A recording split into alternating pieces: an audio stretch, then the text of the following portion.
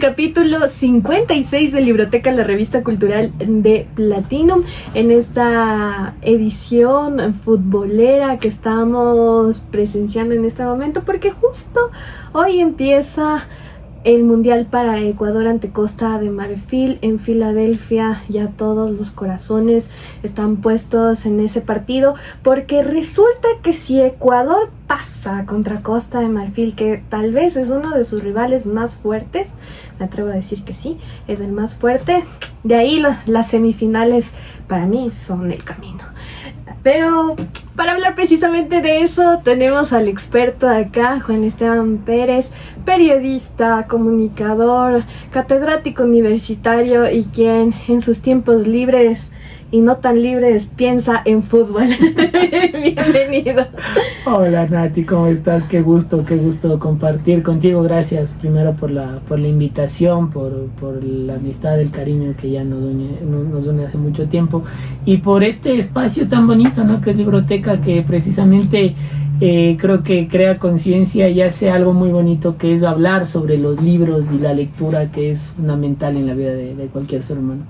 Y Juan Esteban, se podría pensar que no hay libros de fútbol, que el fútbol no es cultura, que el fútbol no está en la vida de las personas desde una manera pensada, desde esa manera tan de literatura, digamos. Pero son varios los cuentos que se han escrito sobre fútbol.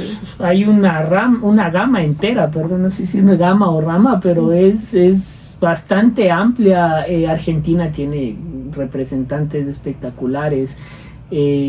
Fontana Rosa, por ejemplo, es uno de los mejores escritores de fútbol. Tiene muchas, en la misma revista El Gráfico, me atrevería a decir yo, a quienes tengan la oportunidad, si en algún momento están en un rato libre, quieren leer una buena crónica antigua, El Gráfico tiene unas espectaculares sobre lo que era el fútbol en los años 50, 60, 70. Hay incluso aquella famosa crónica que tiene la foto, primero la del abrazo del alma, que es la foto más icónica de los mundiales, que es de una persona con discapacidad física que no tiene los brazos y le abraza al Conejo Tarantini cuando ganan el mundial del 78, que es reconocidísima. La crónica es muy bonita, y también tienen aquella famosa que, a propósito del mundial y del homenaje que se hace en esta festividad a los dos íconos más importantes, que son sudamericanos, Maradona y Pelé, tiene aquella crónica famosa en la que Maradona fue a visitarlo a Río de Janeiro a Pelé, y tienen esa foto insigne que Pelé está tocando la guitarra y Maradona lo está viendo, ¿no?, como de maestro a discípulo, aunque luego los dos estuvieron al mismo nivel, ¿no? Entonces tiene el fútbol una gama entera sobre literatura, sobre cada cuento. Hay uno que justo hablamos off the record, que me parece una historia muy bonita, y la cuenta uno de los periodistas más icónicos quizá del periodismo moderno, Ryszard Kapuscinski, que es La Guerra del Fútbol. Si no estoy mal, es aquel famoso partido entre Honduras y El Salvador, que terminó básicamente en una guerra, ¿no?, una clasificatoria para el Mundial de México 70. Entonces el fútbol cuenta historias. Lo mismo pasa con el cine. El fútbol y el cine últimamente han estado muy como conjugados, ¿no? Desde Rudo y Cursi, que es el peor ejemplo del mundo, yo lo sé, pero me encanta Rudo y Cursi. Es muy quiche esa película, muy, muy quiche, muy de mal gusto, de verdad. Pero dentro de ese género es preciosa. Creo que por Diego Luna o Gal García y Franchella, ¿no? Ahí está. Qué actuación. Sí. Me gusta mucho. Franchella actuando como lo que suele ocurrir en el fútbol, esos representantes argentinos. Es muy buena, a mí me gusta. Soy bien cursi en esa película. Sí. Él es el cursi, yo soy la ruda. La disfruto mucho, es una película muy buena. Y a propósito de eso, hoy hacerles una recomendación. No es que me pague ninguna plataforma ni nada, pero tuve el gusto y el agrado. Pero vamos a decir o del Tudum o del ratón, porque del Tudum. Ya.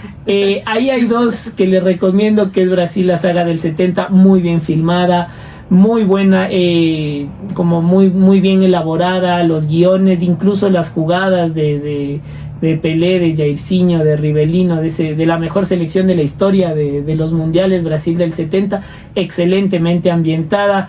Yo les recomiendo mírensela en portugués, es como ver Ciudad de Dios en español, como que algo no cuadra. Algo no cuadra ahí, señores, no. Y la otra, que es México 86, les va a hacer acordarse un poco de Rudy Cursi por Diego Luna. No. No, y esa está, de hecho, esa es una de las últimas películas que sacó Diego Luna, México 86. Sí. De hecho, en este 2026 yo todavía no lo veo. Pero digamos es mi pendiente, y que también es como muy vigente, porque obviamente es el último mundial que organizó México. Y ahora este mundial que está organizando México con otros países es espectacular, porque parte de cosas muy importantes, no les quiero spoilear mucho, pero sí, por si acaso, para que no me caigan ahí en los comentarios, pero parte del desistimiento de Colombia, porque Colombia originalmente, luego de España 82, donde se consagra Italia, era el llamado a hacer el mundial, desiste. Ya me parece en cierta medida lógico por todo lo que vivía la Colombia de los 80, con el narcotráfico, con las guerras, con las guerrillas, y esa oportunidad histórica la toma México, y justamente la película habla de eso y termina de una forma espectacular. Solo se los dejo ahí por encimitas del escándalo de los cachirules que le impidió no asistir al siguiente mundial, así que ahí se las dejo. En cuanto a películas y fútbol, y bueno, de libros, pues hay acá una amplia gama, no los traje acá, al uno lo tengo en digital, por eso no lo traje, y al otro la verdad sí se lo recomiendo porque es muy actual. Triunfadores, del propio Sebastián Decker, un afamado periodista, cuenta como paso a paso esa gesta histórica, y creo yo, me atrevo a decir que es la más importante de los últimos años, al menos del fútbol ecuatoriano, que es el título del Sudamericano Sub-20, que luego acá lo vemos en la generación con Ramírez, con Plata, con todos los jugadores de esta nueva selección que ilusiona mucho al Ecuador. Ay, esta selección, yo sí creo, o sea, tal vez en mi quinela del mundial sí esté que llegamos a una semifinal. Yo me atrevo a soñar. Si ya llegamos a semifinal, yo me atrevo a soñar con la final también. Bueno. Pero no sé. No, yo soy muy, muy idealista. Por eso estamos hablando de libros.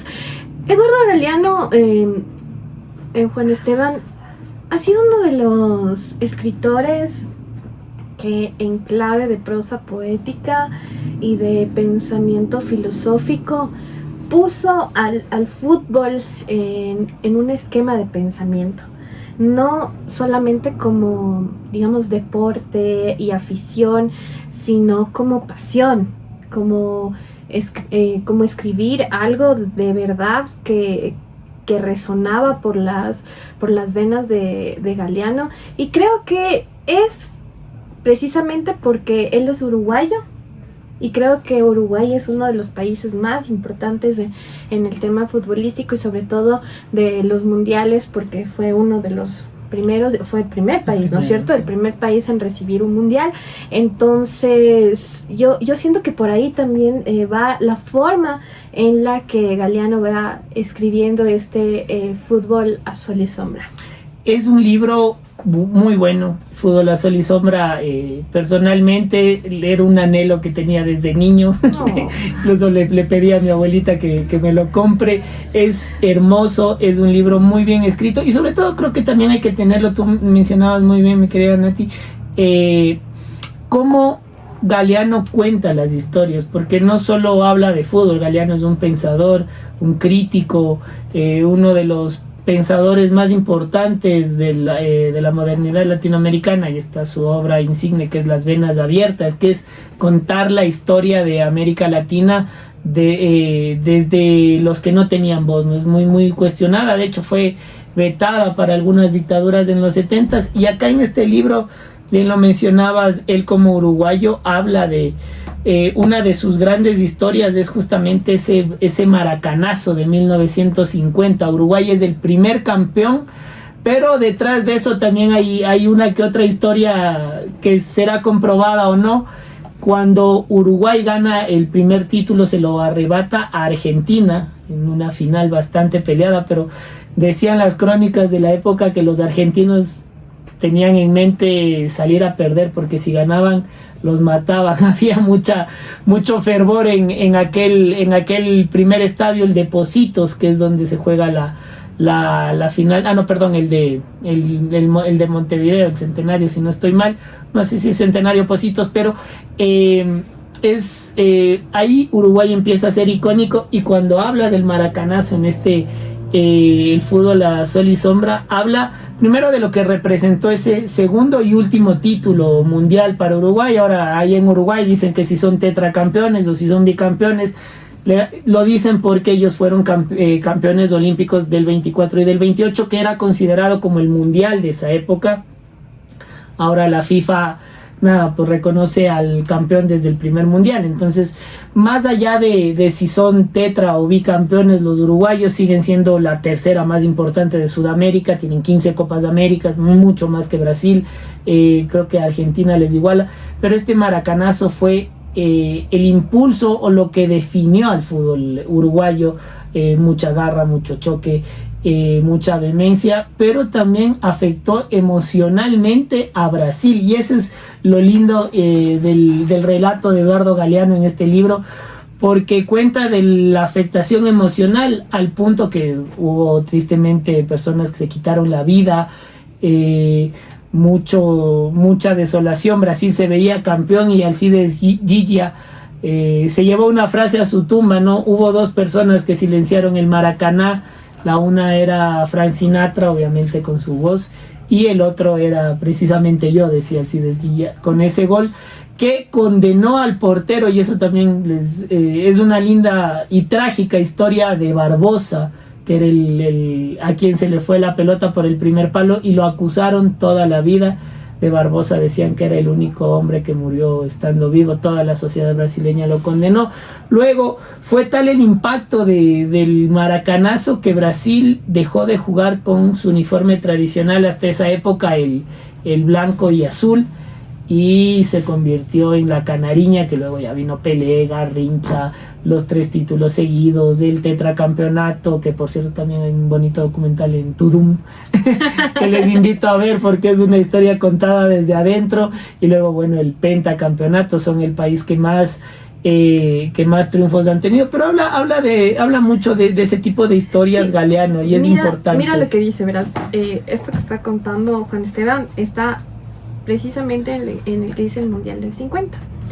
Y dice: nacía la televisión en colores, las computadoras hacían 1000 sumas por segundo, Marilyn Monroe asomaba en Hollywood, una película de Buñuel, Los Olvidados, se imponía en Cannes, el automóvil de Fangio triunfaba en Francia, Bertrand Russell ganaba el Nobel, Neruda publicaba su canto general y aparecían las primeras ediciones de La vida breve de Onetti y El laberinto de la soledad de Octavio Paz. Para terminar esta prosa con precisamente lo que contaba Juan Esteban, cuando el brasileño Fiaca convirtió el primer gol, un trueno de 200.000 gritos y muchos cohetes sacudió el Monumental, en Monumental Estadio, pero después Chiafino clavó el gol del empate y un tiro cruzado de Giglia otorgó el campeonato a Uruguay, que acabó ganando 2-1. Cuando el gol de Giglia estalló el silencio en el Maracaná, el más estrepitoso silencio de la historia del fútbol. ¡Wow! Devastador. Amamos a Galeano con todo nuestro corazón, de aquí al cielo un besito, porque ha escrito este tipo de libros con estas prosas así. Son prosas pequeñitas, son prosas bien hechitas, tiene el mismo tono y la misma clave del libro de los abrazos, que también es una joyita que a mí me gusta, pero este particularmente, si usted está enamorado del fútbol como el señor que tengo acá al lado, es algo que se debe leer. Cuéntanos de los otros libros que nos has traído, Juan Esteban, porque también es importante conocer que para saber de fútbol hay que saber de historia, aunque no lo crean. Sí, indudablemente. Bueno, aquí hay 3 que son insignes, y acá hay una colección que ya hablaremos a propósito del Mundial. Esta colección es de un muy, muy querido amigo, ex jefe, un editor de esos que ya no hay. Quedaban con la vara. Sí, un personaje, el gran Raúl Cruz Molina, que me ha inspirado también un poco a escribir. A ver, este de acá se llama Cuando Nunca Perdíamos, que es un texto, es una compilación de varios textos de Ramón Besa, de Juan Bonilla, de Juan Cruz, de Josep María Fonalleras y así algunos. Habla básicamente de lo que es la filosofía del Barça, ¿no? Cómo nace el Barça, el equipo culé, que es esa antítesis del madridismo. Ajá. Toda la vida ha habido esa pugna entre Madrid y Cataluña. Entonces, bueno, cuenta ahí un poco la historia de cómo nacen. Ellos nacen en un equipo de obreros y se les empieza a decir culé porque los aficionados iban a las tribunas y los que ya no alcanzaban a ver todo tenían que sentarse al filito y obviamente con su parte posterior afuera, y a partir de ahí les empiezan a decir el equipo culé, que era justamente por esa característica de los aficionados. Luego también habla de lo importante que ha sido la Masía, y ahí hay alguien que no solo cambia el fútbol, cambia la historia de este club. No me refiero justamente a Messi, pero a uno anterior, que es Johan Cruyff, uno de los mejores jugadores de la historia de Alemania. Él aplicó un poco esa filosofía del fútbol total, de que todos marcan, todos presionan, que el mundo la vio en el 74, que luego se quedó a nada Holanda en el 74 y 78. Triste, ¿no? Un rey sin corona. Yo sí, yo sí, ahora se llama Países Bajos, ¿no? Antes era Holanda. Pero yo siento que esa naranja mecánica es como, ay, yo sí le tengo fe, no sé, en este mundial no, la verdad, pero en otros sí. Había un jugador, Juanito, no sé cómo se llama, pero estuvo en Francia en 98 y jugaba con gafas. Edgar Davis. Yo lo amaba. Edgar Davis, gran jugador. Tenía una condición particular y él creo que era el único. Creo que hay uno o dos más, pero son muy, muy rebuscados. Pero Davis es icónico, es un gran jugador, esa generación de los 90 de Holanda. Y justamente habla de eso, este libro, de cómo se fue extendiendo esta filosofía de juego, de vida, que se fue impregnando en el Barça. Entonces habla de cómo se formaron los grandes jugadores de ese Barça último. De hecho, hay muchos quienes señalan que el fútbol total de Cruyff evolucionó al estilo que tiene hoy de Guardiola, de presionar, distribuir la pelota por todo el campo y jugar con ese falso 9. A ver, Josep Guardiola parece que tiene serias intenciones de dirigir una selección. Entonces ahí algunos ya lo ponen con Italia, ¿no? Que hay que refundar el fútbol italiano. Ha dejado de ir desde Brasil 2014, no la vemos de Italia en un mundial, ahí, y es raro eso, ¿no? Ahí estaba un chico muy guapo que tenía el cabello hasta acá. Sí, se nota que soy de fútbol. Hay un montón. ¿Cómo se llamaba? No, era, a ver, es un veterano que precisamente se salió en ese mundial, el cabello hasta aquí y tenía cintillo. Puede ser Nesta. No era Nesta. Andrea Pirlo. No era Pirlo. Es con M. El apellido. Marquicio. No. Bueno, ya no. Bueno, está en mi corazón solamente. Pero bueno, desde esa época yo no he visto, digamos, un fútbol italiano que porque yo veía mucho juego aéreo en su momento, porque altotes también y muy rápidos además, sobre bueno. Todo en la delantera eran como 2 pasos y a gol. Entonces yo tengo esa imagen de esa Italia que no he visto hace muchísimo tiempo.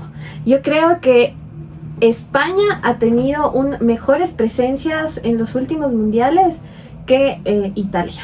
Bueno, sin duda, ¿no? España además ganó el Mundial de 2010, que precisamente lo gana con buena base de la Masía del Barcelona, que ahí te cuento un poco cómo entra esa filosofía. Italia, bueno, lo dicen algunos que lo está esperando a Pep Guardiola, ahora otros dicen que Pep quiere ir a España a sentirse mejor allá. sin duda de los mejores entrenadores de la historia, campeón y creador de ese Barça icónico de Lionel Messi, de Iniesta, de Xavi Hernández, y de ese creador sobre todo del aporte más grande que tiene Josep Guardiola en el fútbol, es el falso 9. En aquel partido de 2009, si no estoy mal, que le metió 6 el Barça al Madrid, Sí. Jugó con falso 9, y el falso 9 un jugador como Messi. Ahora, tener un falso 9 para hacerlo bien hay que ser Messi, clonarlo, ¿no? Habría que clonarlo a Messi. Pero un poco todo esto habla de esas historias, de cómo nace el club, de esas disputas. También aborda la era del franquismo, su rivalidad con el Barça. Recordar que Franco fue muy fanático del Madrid, ¿no? Así como en Colombia se la cantan al Atlético Nacional con su primera Copa Libertadores, y le cantan que se la compró un poco nombrable personaje. Ajá, casi digo, un señor que empieza con N. Sí, bueno, él es eso, aquel insigne exportador de cosas ilícitas.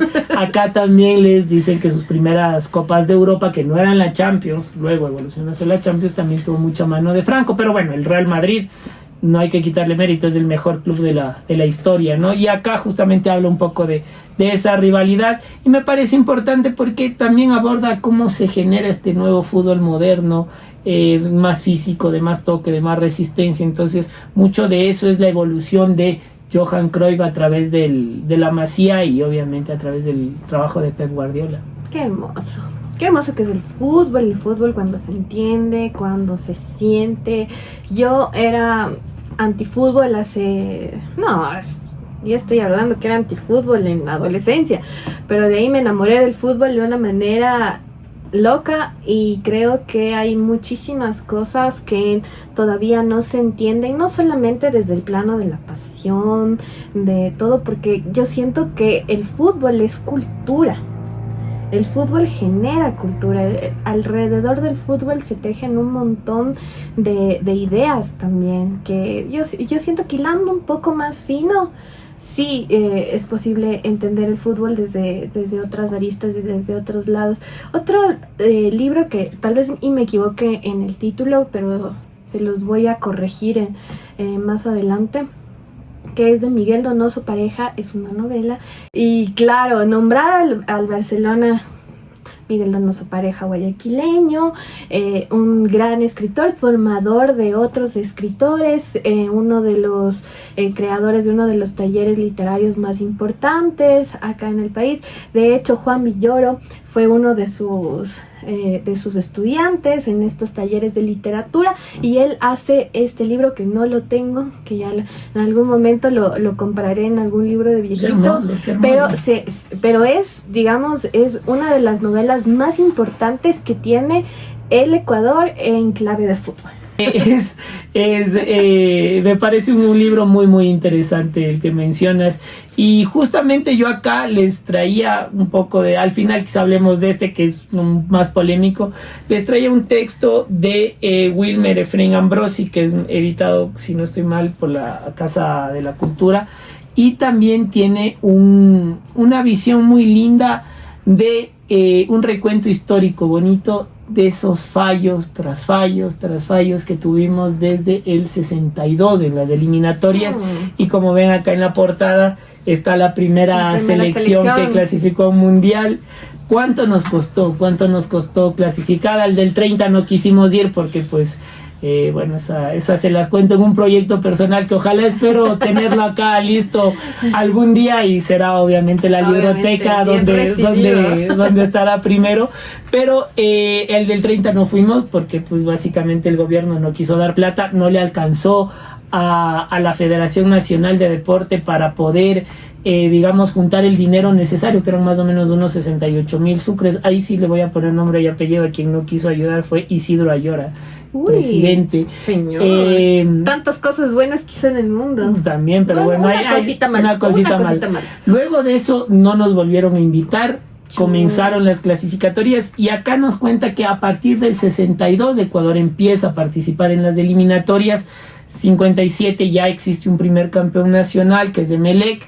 luego vuelve el campeonato en el 60 y se lo suspende más o menos un periodo de 3 años porque la final fue realmente muy alborotada, con decirte que hasta el árbitro lo llevaron preso en aquella final del increíble. 57, que lo termina erigiendo a Melé como el primer campeón, y en el 62 al Ecuador. Y luego viene esa generación que creo que le duele mucho a la historia ecuatoriana todavía, la de Spencer, la de Bolaños, la del Chanfle Muñoz, incluso estaba ahí un jovencísimo Polo Carrera que también estuvo, y que el mismo Pablo Ansaldo estuvo minutos ya en Inglaterra. 66, hay un cabezazo del delantero chileno que le rompe las costillas de Ansaldo, y como no había cambios le tocó tapar así. Lógicamente los ecuatorianos acá en el modelo, un defensor ecuatoriano le dijo, si a mi compañero le pasa algo, tú no sales vivo, se lo dijo al chileno.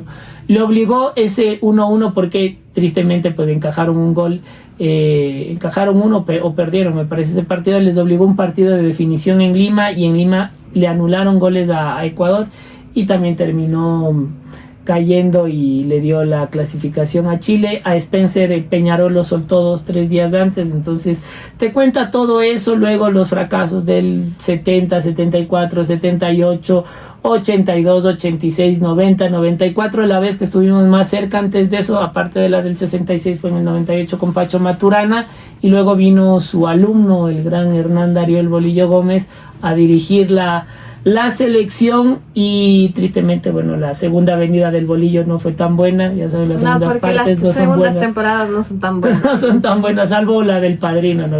Sí, exacto, esa se salva.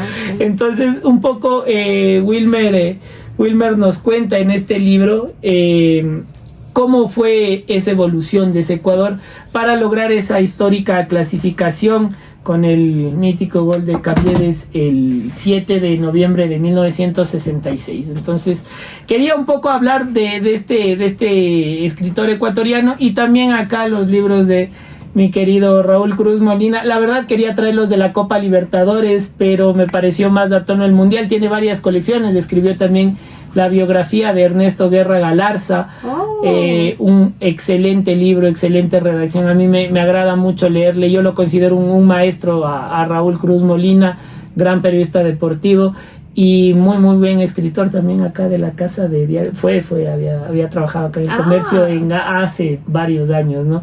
Y acá te hace un recuento un poco sobre la historia de los mundiales del 30, el 34, cómo se fueron dando, y cuenta como pormenores del mundial del 30. Habla de una historia bastante trágica de lo que no pudo ser. Habla de Matías Sindelar, que era la estrella, el jugador insigne de Austria, pero como estaban en esas guerras entre Austria y Alemania, él se negó a jugar para los nazis, y pues lo encontraron muerto. No sé si lo suicidaron o se suicidó, pero hicieron la automorición. Habla bastante de eso. Entonces son esas historias bonitas del mundial, de cómo Pelé le juró a su papá que iba a vengar la afrenta del 50, y se la terminó cumpliendo, ¿no? Porque decían que Edson Arantes do Nascimento, conocido como Dico en ese tiempo, le juró a su papá que iba a vengar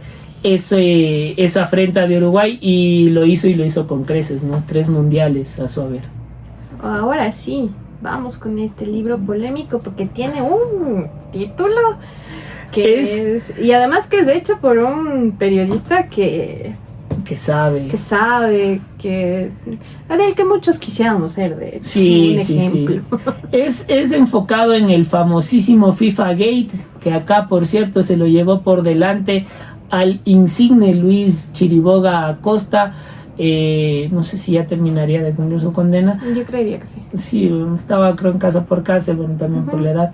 Es un libro que destapa todo eso, que destapa más o menos cómo se da, cómo infiltran los departamentos de Estados Unidos. Digo infiltran entre comillas a Chuck Blazer, que es el topo, el que desarma toda la venta de derechos de las Copas Américas, la corrupción de la Conmebol. Ahí cayeron los de Perú, Ecuador, las federaciones de todo el mundo. Porque yo recuerdo Blatter, de ese FIFA Gate, lo que yo recuerdo fue que las federaciones de África fueron de las más afectadas por todo este escándalo y porque habían puesto, pero lo de la FIFA es bastante grave, ¿no? Terminó con la renuncia de Joseph Blatter.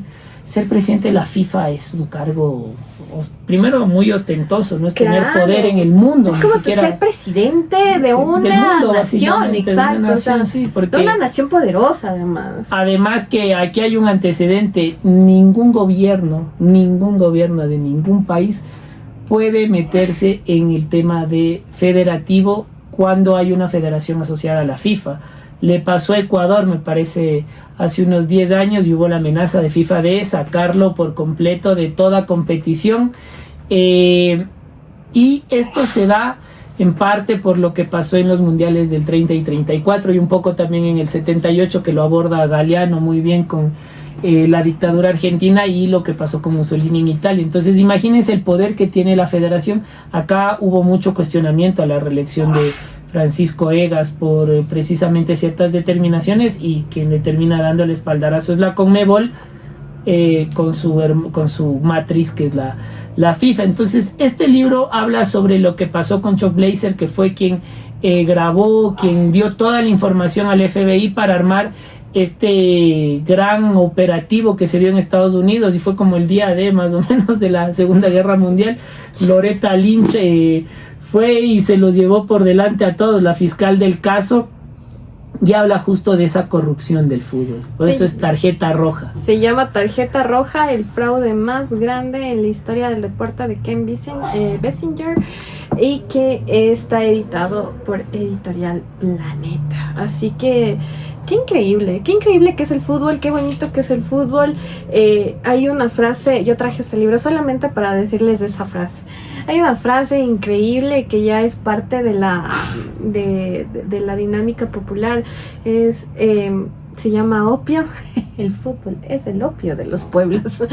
Así lo decían. Así, ¿no? lo decían. El fútbol es el opio de los pueblos, pero creo que desde el fútbol se ha podido hacer cosas como las que ya hablábamos de Romario. Se pudo destapar, digamos, influencias políticas y en tema de seguridad, por ejemplo, con el asesinato del colombiano por los carteles del narcotráfico de Andrés Escobar, y otras tantas cosas que el fútbol ha podido. Este mismo FIFA Gate, que fue destapar actos de corrupción, pero a manera descomunal, y donde estaban involucrados casi la mayoría de federaciones del mundo. Así que yo siento que el fútbol, pensado desde otros puntos, desde otros lados, deja de ser un opio y pasa a ser un lugar de encuentro, pasa a ser un lugar comunitario, pero también pasa a ser un lugar de pensamiento. Correcto, siempre el fútbol primero se reinventa, ¿no? Es el deporte más popular. Y aunque a los estadounidenses, por no decir la palabra que siempre a los gringos les ha costado mucho, digamos, acogerlo, ya va a su segundo mundial, claro, y que penetre esos. Y ¿saben cómo pasó? Que el fútbol, y no sé si está mal mi lectura, pero para mí es así, por el fútbol femenino. No. Por el fútbol femenino, Estados porque las Unidos, primeras estrellas de fútbol que tuvo Estados Unidos fue precisamente dentro del mundo de fútbol femenino, porque tal vez podríamos mencionar 3 jugadoras de Estados Unidos muy buenas, pero yo no puedo mencionar un solo jugador. Pues ahí tenemos a Hope, que es como la más icónica de los últimos años.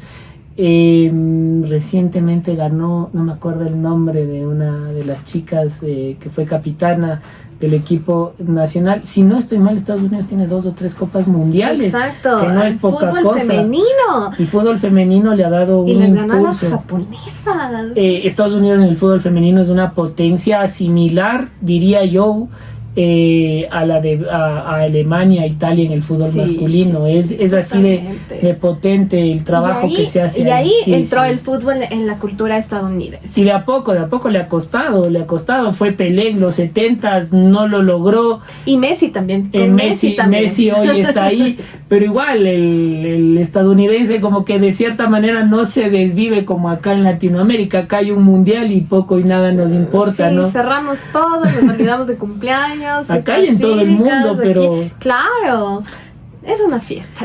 Y a propósito de eso, sí, felicitar de mi parte a la selección femenina de la Tri, que logró una sufrida repesca, pero ahí está, y eso también demuestra que el fútbol femenino acá en Ecuador va creciendo y creo que deberían darle su espacio, ¿no? Hay excelentes jugadoras icónicas que deben darle su espacio.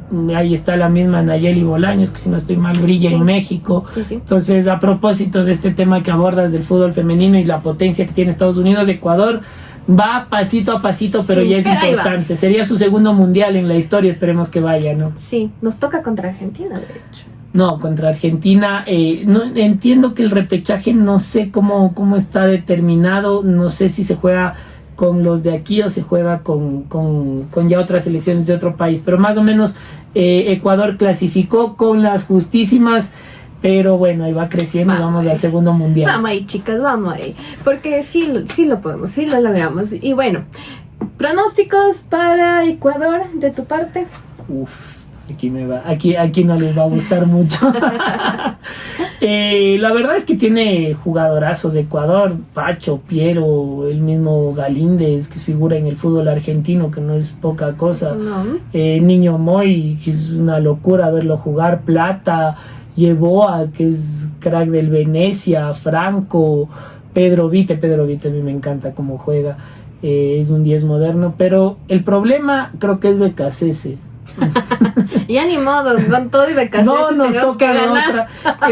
Espero que los africanos a nosotros siempre nos hacen partidos muy difíciles, porque hay un tema más, creo que de físico. Ecuador, Colombia, acá en Sudamérica, a nivel físico, por el biotipo del jugador, tanto ecuatoriano como colombiano, le alcanza y de largo para chocar y jugar e imponerse físicamente a sus rivales, sean Brasil, Argentina, Uruguay. Ya luego el tema de la cultura, la tradición y el esquema es otra cosa en la cancha, pero eso es lo que son Brasil, Argentina y Uruguay. Pero con los africanos, Colombia me parece que sabe cómo jugarles. Ecuador todavía está muy en pañales y si busca ir al choque Ecuador, no la va a pasar bien porque son mucho más fuertes y más potentes. Entonces, rápidos. Creo que Ecuador, con un empate contra Costa de Marfil, podría lograrlo perfectamente.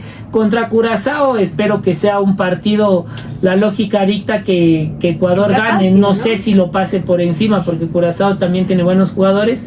Y contra Alemania es un partido que le gusta a Ecuador jugar, sobre todo esta selección puntualmente, porque siempre se crecen contra los demás. Nombre, el más peligroso para mí sigue siendo el de Costa de Marfil. Sin duda alguna, Costa de Marfil es el rival a vencer en esta primera parte del mundial que le va a tocar jugar a Ecuador. Y yo sí les deseo que les vaya bien a los chicos. Tengo un buen presentimiento. Ahí todo mi dinero va para ustedes, chicos. No, mentira, yo no he puesto jamás en mi vida. Por una simple razón, que es una anécdota familiar. Mi abuelita decía que los que apuestan no van al cielo. Entonces yo sí me quiero ir al cielo. Muy bien, excelente, sabios consejos. Así que Juan Esteban Pérez, comunicador, periodista, catedrático universitario, escritor de fútbol muy pronto, pero sobre todo un aficionado a este deporte maravilloso que nos va a tener concentrados en qué pasa en este Mundial 2026 hasta el mes de julio, así que muchísimas gracias por estar en esta biblioteca. A ti, mi querida Nati, gracias por este espacio. Gracias primero por promover estos espacios en los medios. La lectura es fundamental en la vida. Alguna profe de la Faxo nos decía siempre que siempre tengan un libro a mano como para dispersarse del mundo, y creo que es una costumbre que no debemos dejar más allá de los problemas. Los libros son un universo completamente diferente y creo que llegarle también a través de espacios de redes con estos mensajes a los jóvenes, que hay libros de todo, ¿no? Yo he seguido la libroteca ya desde hace un buen tiempo y me parece muy lindo aupar y propiciar la lectura en las personas, desmenuzar a los libros, darles un enfoque distinto a cada libro, me parece que es algo muy bonito. Y bueno, pues recomendarles todo lo que hemos expuesto acá. Me quedo con pendiente de esa novela de Jorge Quiñones, me parece un titulazo, y agradecerte por este lindo espacio y que se siga promoviendo, porque espacios así le hacen mucha falta a los medios de comunicación, en donde se hable de la importancia de los libros y la lectura. Y ese espacio lo tenemos acá en Radio Platino. Nos vamos a una pausa pequeñita en este capítulo 56 de Libroteca, de este gran libro que estamos escribiendo junto a ustedes.